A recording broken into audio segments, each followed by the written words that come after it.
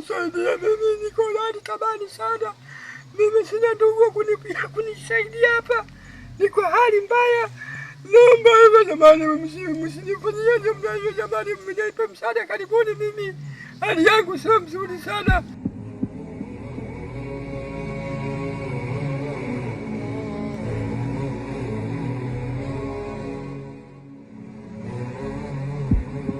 Assalamu alaikum wa rahmatullahi taala wa barakatu. Ndugu yangu mpenda kheri, kokote uliko duniani, jambo unaloliona mbele ya macho yako ni jambo la kheri. Tumelianzisha takribani miezi 6 iliyopita, na lengo na makusudio ya kuanzisha jambo hili ni kwa ajili ya kuwahami mayatima, kuwahami wajane, kuwahami wahitaji na watu mbalimbali waliokuwa na shida na matatizo mbalimbali.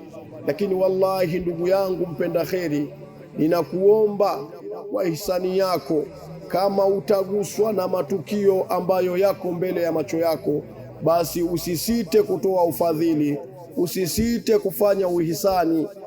Ikiwa utazijua haki za mayatima, haki za wajane, haki za wahitaji, basi insha Allah tuungane katika kuendesha gurudumu hili kwa idhini ya Mwenyezi Mungu Subhanahu wa Ta'ala. Ndugu yangu, na kutakia kheri, tupambane, tushirikiane katika kuwahami ndugu zetu walioharibikiwa na kutindikiwa na maisha.